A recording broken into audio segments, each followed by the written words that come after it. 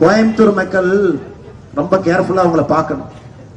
அவங்களுக்கு எடுக்க மாட்டாங்க, ஆனா பக்கத்துல இருக்கிற எல்லாரையும் கோயம்புத்தூர் மக்கள் கெடுத்துருவாங்க. அப்படி எப்படி ஒரு காலத்துல குமரி எங்கள் தொல்லை என்று சொல்லி கன்னியாகுமரி இதுவரைக்கும் திராவிட முன்னேற்ற கழகத்தினுடைய கையில வந்ததே கிடையாது. எப்பாச்சும் ஒரு எம்எல்ஏ இங்க வருவாங்க. கோயம்புத்தூர் அவருடைய கட்டுப்பாட்டில் இல்லை. 2021 ஆட்சி மாற்றம் ஏற்பட்ட பொழுது கூட கோயம்புத்தூர் பகுதியினுடைய மக்கள் ஒரே குரலாக நாங்கள் எந்த காரணத்திற்கும் திராவிட முன்னேற்ற கழகத்திற்கு வாக்களிக்க மாட்டோம் என்று சொன்னதற்காக நமக்கு கிடைச்ச முதல் பனிஷ்மெண்ட்டுங்க. புதிதாக ஆட்சி வந்த பிறகு அந்த நேரத்தில் கொரோனா கோவிட் இருந்தது, பெரும் தொற்று. தமிழகத்தில் எல்லா மாவட்டத்திற்கும் கோவிட் மருந்த மத்திய அரசு கொடுப்பதை பிரித்து கொடுக்க வேண்டிய திராவிட முன்னேற்ற கழகத்தினுடைய அரசு கோயம்புத்தூர் மக்களுக்கு கோவிட் மருந்த குறைவாக கொடுத்தார். இங்க இருக்கக்கூடிய மரியாதைக்குரிய சட்டமன்ற உறுப்பினர்கள் அதை பேசினாங்க, சட்டமன்றத்தில் போராட்டம் நடத்தினாங்க. அதன் பிறகு முதலமைச்சர் திரு ஸ்டாலின் அவர்கள் இந்த இஎஸ்ஐ மருத்துவமனைக்கு சுத்தி பார்க்கறதுக்காக வந்தார். ஏன்னா ஆட்சிக்கு வந்தவுடன் கோயம்புத்தூர் மக்களுக்கு இவர்கள் கொடுத்த ஒரு பனிஷ்மெண்ட் என்னன்னா, எங்களுக்கு ஓட்டு போடல, உங்களுக்கு கோவிட் மருந்து குறைவாக கொடுப்போம் என்று பிரச்சனை செய்த பிறகு மருந்து அதிகரித்தது. அதை இன்னைக்கு கலைஞருடைய பேரன் திரு தயாநிதி மாறன் சொல்லுகின்றார், கோயம்புத்தூர் மக்கள் அவங்க குசும்புக்காரங்க பக்கத்து ஊருக்காரங்க எல்லாம் போய் கெடுத்துட்டு வந்துருவாங்க. கோயம்புத்தூர் மக்கள் எப்பொழுதுமே திராவிட முன்னேற்ற கழகம் ஆட்சி அமைக்க வேண்டும் என்கின்ற கனவை கெடுக்கக்கூடிய மக்கள் என்பதிலே எந்த ஒரு மாற்று கருத்தும் இல்லை. அருமை சொந்தங்கள், எதற்காக இதை சொல்லி என்னுடைய உரையை ஆரம்பிக்கிறேன் என்றால், கோயம்புத்தூர் மக்கள் ரொம்ப நல்லவங்களா இருக்கிறனாலையும் தேர்தல் நேரத்தில் சில விஷயத்தை மறந்து விடுகிறார்கள் என்பதற்காக ஞாபகப்படுத்த வேண்டிய கட்டாயமும் கடமையும் நமக்கு இருக்கு. ஏன்னா நல்லவர்கள் எப்பொழுதுமே ஒரு கண்ணத்தில் அறையும் பொழுது இன்னொரு கண்ணத்தையும் காட்டிட்டு போவாங்க.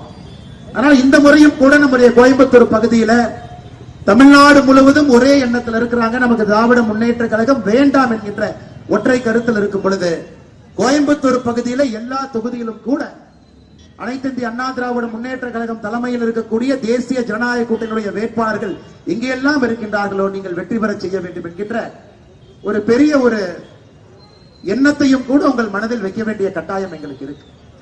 தொழில் இங்கே வளம் பெற வேண்டும், அடுத்த கட்டத்துக்கு போகணும். ஸ்பின்னிங் மில் மட்டும் பாருங்க, கடந்த 3 ஆண்டுகள்ல 325 ஸ்பின்னிங் மில் இந்த பகுதியில மூடி இருக்கிறார். இந்து பத்திரிகை நேற்று தான் அதை காலையில பப்ளிஷ் பண்ணி இருந்தாங்க. 325 ஸ்பின்னிங் மில் ஏன் மூடுறாங்கன்னு கேட்டாங்கன்னா, ஐயா ஒரு யூனிட் கரண்ட் 9 ரூபாய் 25 பைசா. யோசிச்சு பாருங்க, கோயம்புத்தூரை பொறுத்தவரை சிறு குறு தொழிற்சாலைகள் இருக்கக்கூடிய ஒரு நகரம். 9 ரூபாய் 25 பைசாக நீங்க ஒரு யூனிட் கரண்ட் வாங்கி எப்படி ஒரு மனிதன் ஒரு தொழில் நடத்த முடியும்? நீங்களே யோசிச்சு பாருங்க.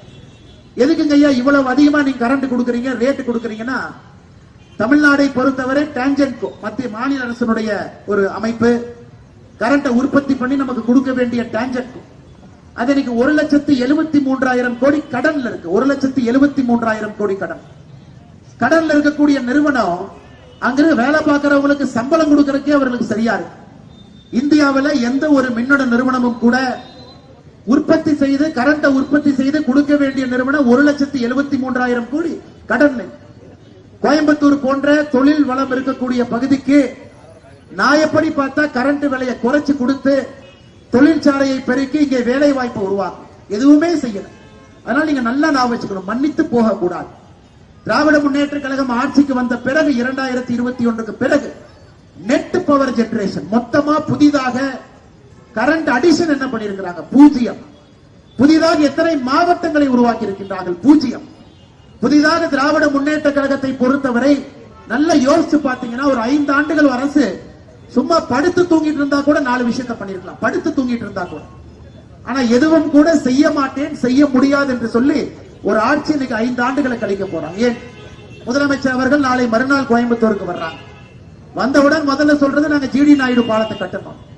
ஆனா மரியாதைக்குரிய அனைத்து இந்த அண்ணா திராவிட முன்னேற்ற கழகத்தினுடைய அன்றைக்கு முதலமைச்சராக இருந்த மரியாதைக்குரிய அண்ணன் எடப்பாடி பழனிசாமி அவர்கள் ஆட்சி முடியும் தருவாயில அடிக்கல் நாட்டப்பட்ட பாலம் இது.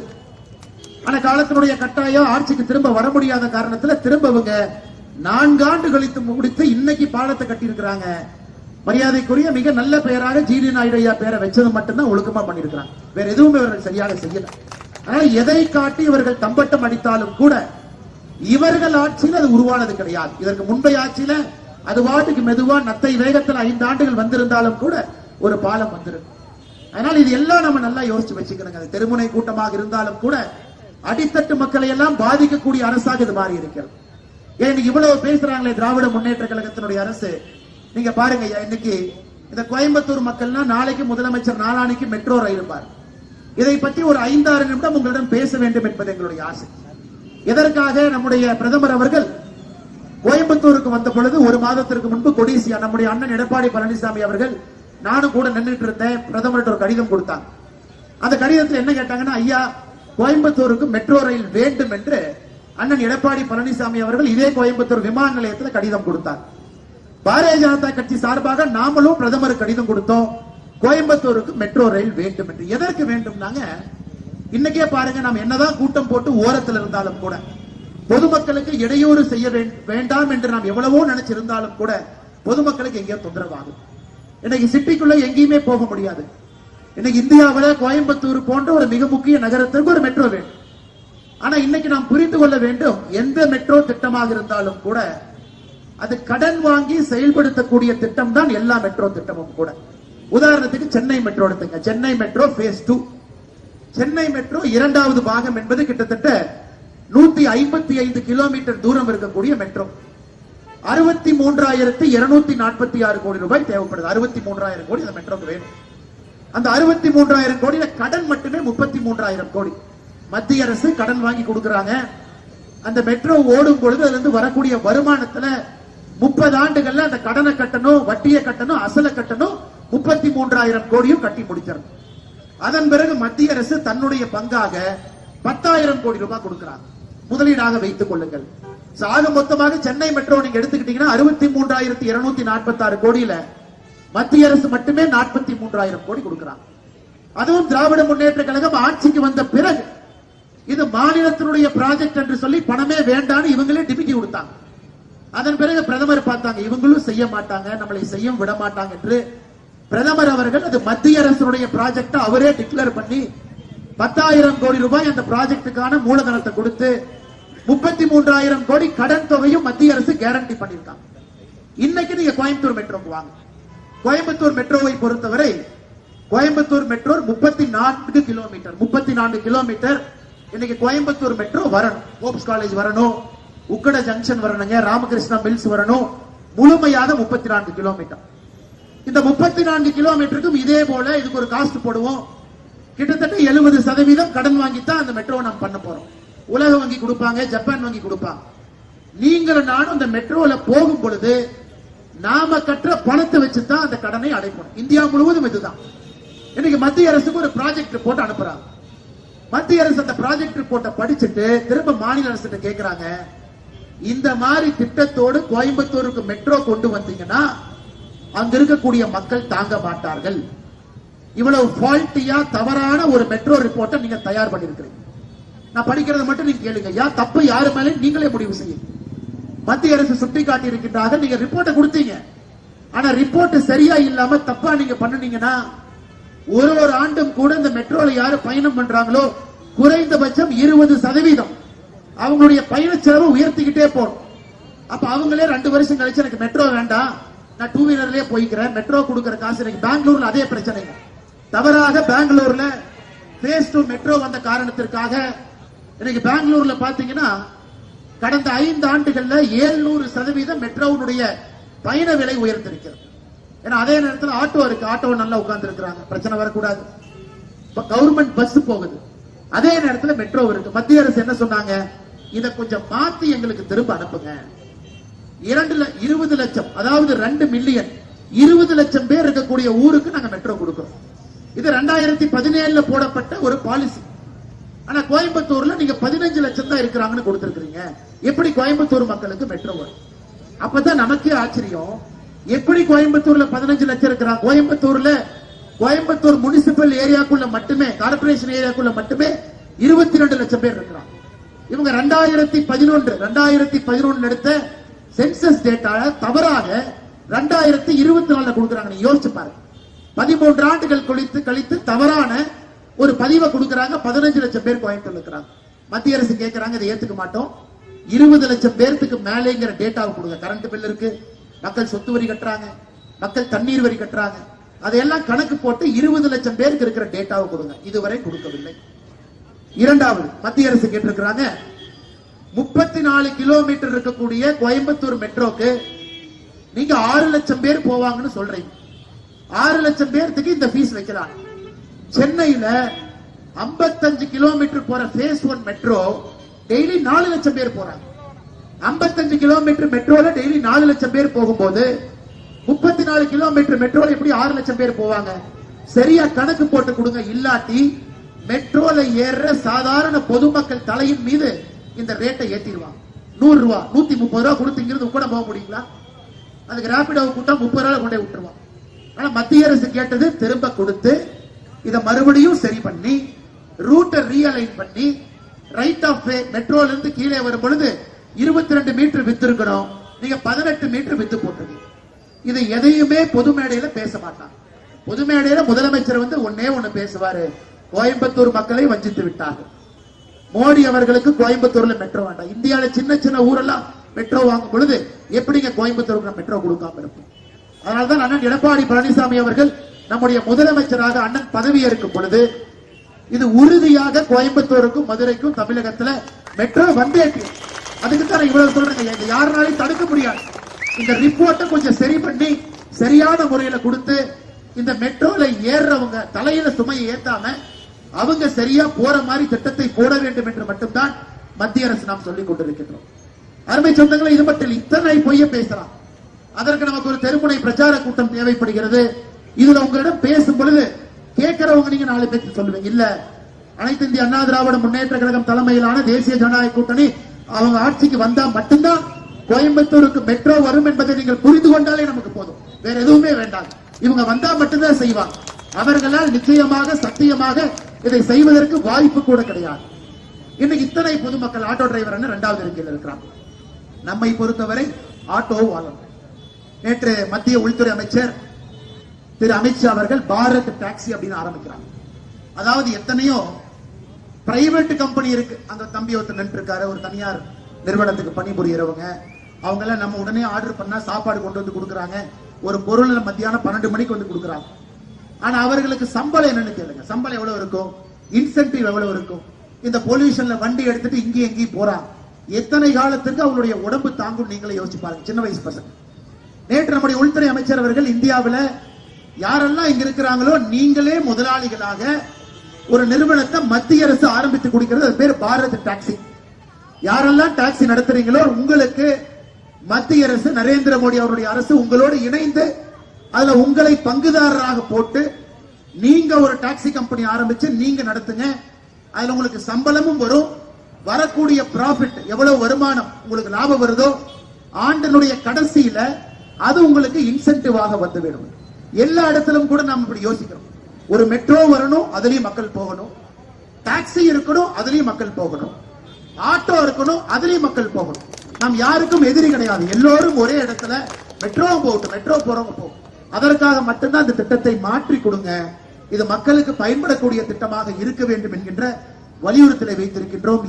இதுவரைக்கும் இன்னைக்கு சாயந்தரம் இந்த மேடையில நம்ம எல்லாம் பேசுற வரைக்கும் மாநில அரசு இந்த புதிய ப்ராஜெக்ட் ரிப்போர்ட்டை சரி பண்ணி நாங்க கொடுத்திருக்கிறோம் அப்படின்னு இதுவரை முதலமைச்சர் அவர்கள் வாய் திறந்து இதுவரை சொல்லு.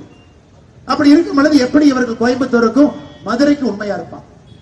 திராவிட முன்னேற்ற கழகம் ஆட்சிக்கு வந்தாங்க 2021 மே 6ஆம் தேதி. நாம எல்லாம் வாக்கு எண்ணி பார்த்தோம்.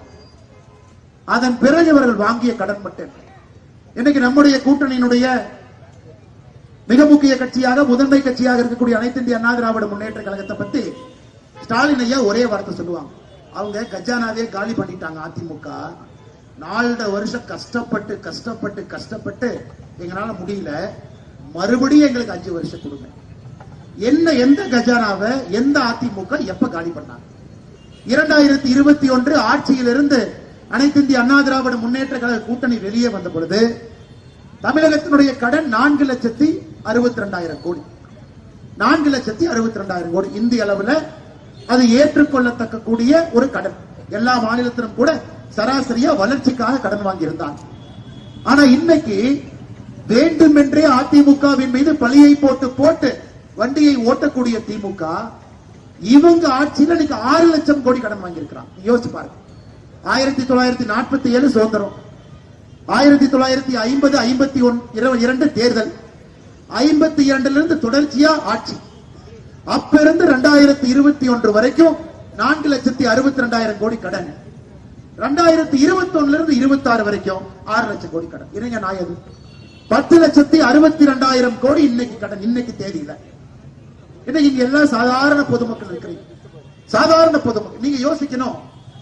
இன்னைக்கு இந்த கடன் யாரு தலையின் மீது? இது ஸ்டாலின் அவர் தலையின் மீதா? கிடையவே கிடையாது. சபரீஷனுடைய தலையின் மீதா? கிடையவே கிடையாது.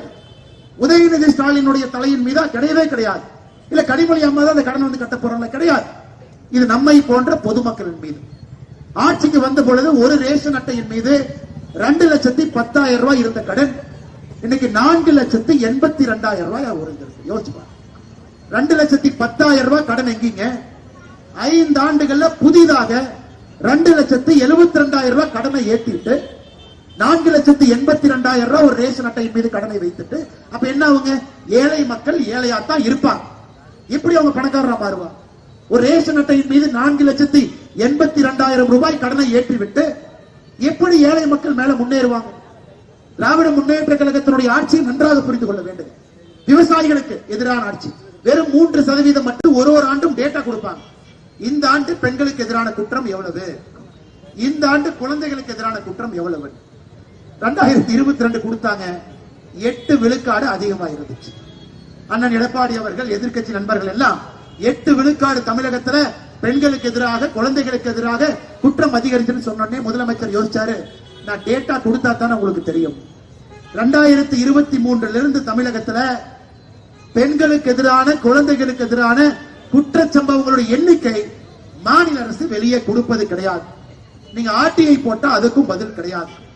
சுத்தி சுத்தி சுத்தி சுத்தி வேற டேட்டா வாங்கி அதுல திரும்பி திரும்பி ரிவர்ஸ்ல பாத்தீங்கன்னா 8 விழுக்காடு ஒரு ஆண்டும் குற்றங்கள் உயர்ந்திருக்கிறது. ஆனா முதலமைச்சர் சட்டமன்றத்தில் சொல்லுவாரு, நம்முடைய சட்டமன்ற குழு தலைவர் எங்களுடைய மாநில தலைவர் அண்ணன் நயினார் நாகேந்திரன் அவர்கள் சட்டமன்றம் முடியும் பொழுது கடைசி நாள்ல கேட்டார். 2 நாளைக்கு முன்னாடி அண்ணன்லாம் இருந்தாங்க. ஐயா, பெண்களுக்கு எதிராக குற்றம் உயர்ந்திருக்கிறதே உங்க ஆட்சியில். யார் சொன்னா பெண்களுக்கு எதிராக குற்றம் உயர்ந்திருக்குது? எங்கிட்ட தரவு இருக்கு. முதலமைச்சர் சொல்றாரு, எங்கிட்ட தரவு இருக்கு, நான் எடுத்து கொடுக்கிறேன், குற்றங்கள் குறைஞ்சிருக்கு. ஐயா, வடிவேல் ஒரு படத்தில் நான் பார்த்தேன். வடிவேல் அண்ணன், நான் செவ்வாய்க்கிழமை சண்டை போட மாட்டேன், சரி பரவாயில்ல, புதன்கிழமை சண்டை போடுவான், புதன்கிழமையும் போட மாட்டேன், அப்ப சனிக்கிழமையும் போட மாட்டேன். அது போன்ற முதலமைச்சர் அவர்கள் தரவே கொடுக்காம சட்டமன்றத்தையே முடிச்சிட்டு இன்னும் வெளியே வந்து பெண்களுக்கு எதிராக எங்களுடைய ஆட்சியில குற்றங்கள் குறைந்திருக்கு குறைந்திருக்கு குறைந்திருக்குன்னா இதை விட ஒரு பெரிய பொய்யை யாராவது சொல்ல முடியுமா பாருங்க. ஒரு 4.5 ஆண்டுகள் ஆட்சியில் இருக்கிற முதலமைச்சர் இன்னைக்கு வந்து வடக்கு தெற்கு, ஹிந்தி தமிழ், சமஸ்கிருதம் தமிழ், இதை தவிர தமிழ்நாடு வளர்ந்திருக்கா? 4.5 வருஷமா என்ன பண்ணிருக்காங்க? இதுவரை சொன்னது கிடையாது அன்பு சொந்தங்கள். அதனாலதான் இந்த முறை எல்லோருக்கும் எதிரான ஒரு ஆட்சி, யாருக்குமே வேண்டாம் என்று நாம் முடிவு செய்திருக்கக்கூடிய ஆட்சி. எந்த காரணத்திற்கும் கூட இந்த ஆட்சி வேண்டாம் என்று முடிவெடுத்திருக்கின்றோம். அடுத்து சட்டம் ஒழுங்கு. நேற்று நம்முடைய மரியாதைக்குரிய புரட்சி தலைவி அம்மா அவர்களுடைய பிறந்த நாள் எல்லாருமே கொண்டாடும். பாரத பிரதமர் நரேந்திர மோடி அவர்கள் ஒரு 2 நாளைக்கு முன்னாடி ரேடியோல பேசுறாரு. 131வது முறை, 131வது தொடர்ந்து ஒரு மாசமா ரேடியோல பேசுறாரு. அதுல எந்த தலைவருக்குமே ரேடியோல புகழாரம் சூட்டியது கிடையாது. முதலாக எனக்கு தெரிஞ்ச அம்மாக்கு புகழாரம் சூட்டுறார். என்ன சொல்றாருனாங்க, அம்மா அவர்கள் முதலமைச்சராக இருந்த பொழுது நான் குஜராத்தினுடைய முதலமைச்சர். ஒரு நாள் அம்மா எனக்கு தொலைபேசியில போன் பண்றாங்க, இந்த முறை பொங்கலுக்கு நீங்கள் எங்க வீட்டுக்கு வந்து சாப்பிடணுங்கிறாங்க. நான் அம்மாவுடைய இல்லத்திற்கு பொங்கல் அன்றைக்கு வந்து நான் உணவு இருந்தேன். அந்த அளவுக்கு அம்மாவிடம் மிக நெருக்கமாக இருந்த ஒரு அரசியல் தலைவன் நான். அம்மாவை மிக ஆழமா பார்த்திருக்கேன். அது ஒரு வார்த்தையை பயன்படுத்துறார், இந்தியா முழுவதும் ஒரு முதலமைச்சர் பெண்களுக்கு எதிரான குற்றம் நடந்தால் கடுமையா இருப்பாங்கன்னா அது அம்மா அவர்கள், புரட்சி தலைவி அம்மா அவர்கள் ஒரு வார்த்தையை சொல்றாங்க. இன்னைக்கு மறுபடியும் அதே ஆட்சியை கொண்டு வருவதற்கு ஒரு வாய்ப்பு. யாராவது கொஞ்சம் கோபத்துல, கொஞ்சம் மனக்கசப்புல, கொஞ்சம் மனஸ்தாபத்துல வெளியே இருந்தவர்கள் கூட இன்னைக்கு அம்மாவுடைய ஆட்சி வர வேண்டும், அண்ணன் எடப்பாடி பழனிசாமி அவர்கள் முதலமைச்சராக வர வேண்டும் என்கின்ற ஒற்றை எண்ணத்தில் எல்லோருமே இந்த பக்கம் இருக்கிறாங்க. ஏன்? காலத்தினுடைய கட்டாயம். நாம யாராவது ஏதாவது பண்ணி திராவிட முன்னேற்ற கழகம் ஆட்சிக்கு வந்துட்டா அது மன்னிக்க முடியாத பெரும் குற்றமாக மாறிவிடும் என்று அண்ணன் டிடிவி தினகரன் அவர்கள் இன்னைக்கு தேசிய ஜனநாயக கூட்டணியில மிக வலிமையாக அண்ணன் எடப்பாடி பழனிசாமி அவர்கள் பின்னால் நின்று கொண்டிருக்கின்றார்கள். எதற்குங்க? இந்த வரலாற்று சிறப்புமிக்க தேர்தலில் ஒரு சரித்திர பிழை நடந்துவிடக் கூடாது என்கின்ற ஒற்றை காரணத்திற்காக இன்னைக்கு இந்த பெண்களுக்கு எதிரான குற்றத்தை கட்டுப்படுத்த வேண்டும் முடியும் என்றால் மறுபடியும் அனைத்து இந்திய அண்ணா திராவிட முன்னேற்ற கழகம் தலைமையிலான நம்முடைய தேசிய ஜனநாயக கூட்டணியை நீங்கள் வாக்களித்து இந்த முறை ஆட்சி கட்டல் அமர வைத்தால் மட்டும்தான் பெண்களுக்கு நைட்டு ஒரு 8 மணிக்கு ரேவதி அக்கா, மரியாதைக்குரிய திரைப்பட நடிகர் திரு ரேவதி அவர்கள், அவங்க சொல்றாங்க 3 நாளைக்கு முன்னாடி, நான் முதல்ல எல்லாம் சைக்கிள் எடுத்துட்டு சென்னையில எங்க வேணாலும் போவேன், இப்ப நடந்து போகும் பொழுது நானே பின்னாடி திரும்பி பார்த்துட்டு போக வேண்டிய நிலைமைக்கு வந்துட்டேன். இதை சொல்றாங்க. இது ஒரு ஆரோக்கியமான விவாதம். முதலமைச்சர் வந்து இல்லை ரேவதி அவர்களே நாங்க நல்ல ஆட்சி பண்றோம்னு சொல்லுங்க, தரவுகளை கொடுங்க, ரேவதி அவர்கள் சொல்வது பொய்ன்னு சொல்லுங்க, அது அரசியல் இருக்கட்டும். அவங்க ஒரு சாமானிய மனிதராக ஒரு கருத்தை பதிவிடுறாங்க, ஒரு பெண்ணாக. அதுக்கு திமுக காரை எல்லாம் போய் ரேவதி அவர்கள் மீது பாய்ந்து சமூக வலைதளத்தில் ஆபாசமா திட்டுறாங்க. ஏன்? அதை பார்த்து இன்னொரு பெண் வெளியே வந்து அவங்க பேசக்கூடாது என்பதற்காக மொத்த ஆபாசத்தையும் சகோதரி ரேவதி அவர்கள் மீது பொழிந்து கொண்டிருக்கிறார். ஏன்னா யாருமே பேசக்கூடாது, பேசினா பிரச்சனை. அதனாலதான் பெண்கள் நீங்க பேசாம இருக்கிறீங்க, அமைதியா இருக்கிறீங்க. ஆனா தேர்தல் களம் வரும் பொழுது, இவிஎம் வாக்குப்பெட்டி வரும் பொழுது, அதுல நீங்க மிக நிச்சயமாக தமிழகத்துல நம்முடைய சகோதரிகள் தாய்மார்கள் மட்டும்தான் மிக முக்கியமாக இந்த ஆட்சி மாற்றத்திற்கான அடிவேற நீங்க தான் போட போறீங்க. அது கண்டிப்பா நீங்க செய்யணுங்க. காரணம், உங்களுடைய தனிப்பட்ட நீங்க நடந்து போகும்போது இரவு 10 மணியாக இருந்தால் அங்க பஸ்ல இறங்குறீங்க, இந்த வீட்டுக்கு நடந்து வர்றீங்க, அமைதியா வரணும். நீங்க பின்னாடி திரும்பி கூட பார்க்க கூடாது. அந்த அளவுக்கு உங்களுக்கு இந்த நகரத்தின் மீதும் மாநில அரசின் மீதும் நம்பிக்கை இருந்தா நாங்கெல்லாம் சரியா வேலை பார்த்திருக்கோம். அதனாலதான் அன்பு சொந்தங்களே, தாய்மார்களே, சகோதரிகளே, இந்த முறை சட்டம் ஒழுங்கு அதை எந்த காரணத்திற்கும் கூட மறந்து விடாதீர்கள். மறக்காம நீங்க நம்முடைய தேசிய ஜனநாயக கூட்டணிக்கு வாக்களி. நம்முடைய மேற்கு மண்டலத்துக்கு இன்னொரு பிரச்சனை. கடந்த 2 வருடத்துல மட்டுங்க 8 மாவட்டத்துல மேற்கு மண்டலத்துல மட்டுமே 103 பங்களாதேஷ்ல இருந்து வந்திருக்கவங்களை கைது பண்ணியிருக்கிறான். ஐயா, எல்லாரும் வேலை பார்க்கணும், நமக்கு அது பிரச்சனை இல்லை. இஸ்லாமிய நண்பர்கள் வேலை பார்க்கணும், முன்னேறணும், வேகமா வரணும். இஸ்லாமியர்கள் இந்த நாட்டினுடைய மிக முக்கியமான மனிதர்கள், நம்ம கூட இருக்கிறோம். கிறிஸ்தவர்கள் மிக வேகமாக முன்னேறி வரணும், இந்து மக்கள் முன்னேறி வரணும், அது எந்த மாற்று கருத்து இல்லைங்க. நம்முடைய கோபம் என்னன்னா, சட்டத்திற்கு புறம்பாக பங்களாதேஷிலிருந்து வெஸ்ட் பெங்காலுக்குள்ள ஊடுருவி இங்கே வந்து கடந்த 2 வருடத்துல மட்டும் 103 பேர் கைது செய்யப்பட்டிருக்கிறார். அதுல யோசிச்சு பாருங்க, 4 நாளைக்கு முன்னாடி திருப்பூர்ல 8 பங்களாதேஷ்காரங்களை டெல்லி ஸ்பெஷல் போலீஸ் தூக்கிட்டு போகுது. எதுக்கு அந்த 8 பேர்த்த தூக்கிட்டு போறீங்கன்னா, பாகிஸ்தான் ஐஎஸ்ஐயோடு நேரடி தொடர்புல அவங்க இருக்கிறாங்க, அதனால் கைது பண்ணி டெல்லிக்கு எடுத்துட்டு போறோம். எவ்வளவு பெரிய அபாயம் மேற்கு மண்டலத்தில் இருக்குன்னு மட்டும் யோசிச்சு பாருங்க.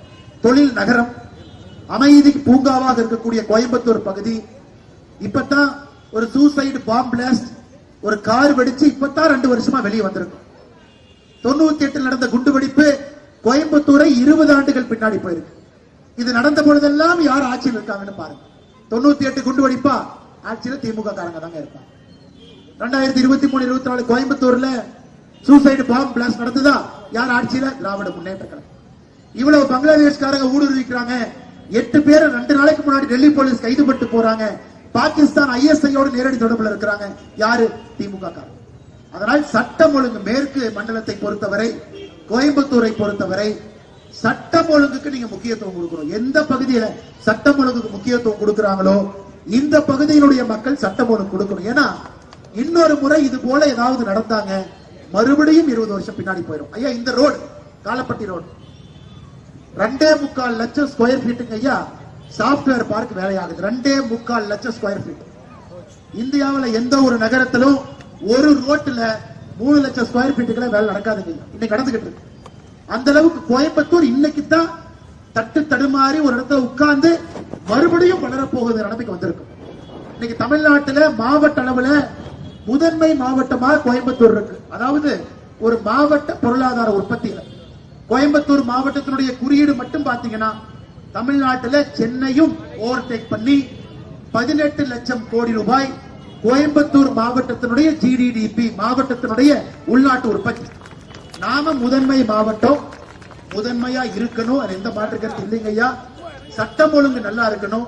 அதனால் நீங்கள் எல்லோரும் இந்த முறை பக்கத்து வீட்டுல சொல்லுங்க. திருமுனை பிரச்சார கூட்டத்துக்கு வந்திருக்கக்கூடிய தொண்டர்கள், எல்லா முக்கியமான தலைவர்கள் தொண்டர்கள் இங்க வந்திருக்கிறீங்க. நம்முடைய முக்கியமான மூத்த தலைவர்கள், காலத்தினுடைய அருமை கருதி அவங்க பேரை சொல்ல முடியல, அமமுக அண்ணன் மூர்த்தி அவர்கள், வசந்தகுமார் அவர்கள் இங்க வந்திருக்கிறாங்க. அதே போல பாட்டாளி மக்கள் கட்சியிலிருந்து மூத்த தலைவர்கள் வந்திருக்கிறாங்க. கோவை வடக்கு மாவட்ட அமைப்பு செயலாளர் அண்ணன் வசந்தகுமார் அவங்க வந்திருக்கிறாங்க. அவர்களுக்கும் என்னுடைய வாழ்த்துக்கள். நம்முடைய சக்தி கேந்திரத்தினுடைய பொறுப்பாளராக அற்புதமாக அழகாக பாருங்க, மழையே வரக்கூடாது, பேசி முடிக்கும் போது மழை வருது பாருங்க. ஆச்சு, இந்த மழை வர்றதுக்கான நேரம் இல்லை. சக்தி கேந்திரத்தினுடைய கூட்டத்தினுடைய நம்முடைய பொறுப்பாளராக இருக்கக்கூடிய அண்ணன் எஸ்.கே. நாகராஜ் அவர்கள், நம்முடைய ஆற்றல் மிகுந்த மண்டல் தலைவி, ஒரு பெண், மிகச் சிறப்பாக நம்ம எல்லாம் வழிநடத்தி கொண்டு அடுத்த கட்டம் நம்ம எடுத்துட்டு போறாங்க உமாதேவி அக்கா அவர்கள். அதே போல மேடையில் இருக்கக்கூடிய எல்லா தலைவர்களுக்கும் மரியாதை கலந்த வாழ்த்துக்களை தெரிவித்து, இன்னைக்கு எடப்பாடி அண்ணன் 190 தொகுதி போயிட்டார். இன்னும் ஒரு 44 தொகுதி பாக்கி இருக்கு. நயினார் நாகேந்திரன் அவர்கள் எல்லா கட்சி மாவட்டத்துக்கு அண்ணன் ஒரு ரவுண்டு போயிட்டு வந்துட்டார். இன்னைக்கு வீடு வீட்டுக்கு போக வேண்டிய பணி நம்மளுக்கு. அடுத்த 50 நாட்கள் 2 சட்டமன்ற உறுப்பினர் இருக்கிறாங்க. அந்த சட்டமன்ற உறுப்பினர்கள் மறுபடியும் ஜெயிச்சு வரணும், மறுபடியும் நல்ல ஒரு ஆட்சி தமிழகத்துக்கு கிடைக்கணும். இது நாம் எல்லாருமே திமுகவை அகற்ற வேண்டும் என்கின்ற ஒற்றை கருத்துல இருக்கும். இதுல ஈகோ கிடையாது, இதுல எந்த விதமான இஷ்யூம் கிடையாது. திமுக போகட்டும், அனைத்து இந்திய அண்ணா திராவிட முன்னேற்ற கழகம் அண்ணன் எடப்பாடி பழனிசாமி தேசிய ஜனநாயக கூட்டணி ஆட்சிக்கு வரட்டும். இந்த ஒற்றை களத்தில் இருக்கும் பொழுது நமக்குள்ள எந்த ஒரு வெறுப்பும் கிடையாது. எல்லா வீட்டுக்கும் போய் ஒரு வீட்டிலும் பொதுமக்களை, சகோதரிகளை சந்தித்து நாம் சொல்லி இருக்கக்கூடிய சின்ன சின்ன குறிப்புகளை எடுத்து சொல்லி ஆட்சி மாற்றத்துக்கு நாம் இருக்க வேண்டும் என்று சொல்லி மிக பொறுமையாக இங்கே நின்று கொண்டிருக்கூடிய பத்திரிகை நண்பர்களுக்கும் எல்லா பொதுமக்களுக்கும், இந்த சின்ன சிரமத்தை கூட பொருட்படுத்தாம சைட்ல இருந்து பார்க்கக்கூடிய எல்லா நம்முடைய பெரியவர்களுக்கும் தாய்மார்களுக்கும், கடைக்காரன்னு நமக்காக கடையை வேகமா பூட்டுறாங்க, அவங்களுக்கு ஒரு தொந்தரவு ஏற்பட்டிருக்கும். அதற்காக என்னுடைய மன்னிப்பையும் கேட்டு வந்திருக்கக்கூடிய எல்லோருக்கும் என் நல்வாழ்த்துக்களை தெரிவித்து உரையை முடித்துக் கொள்கின்றேன். அண்ணன் 2 பேரும் அவங்க பேசல, 2 எம்எல்ஏவும் அவங்க சார்பா என்னை பேசினாங்க. அதனால் என்னுடைய பேச்சு என்பது நாங்கள் 3 பேரும் 4 பேரும் சேர்ந்து பேசியதாக நீங்கள் எடுத்துக் கொள்ளுங்கள் என்று சொல்லி உரையை முடித்துக் கொள்கின்றேன். நன்றி, வணக்கம். பாரத் மாதா.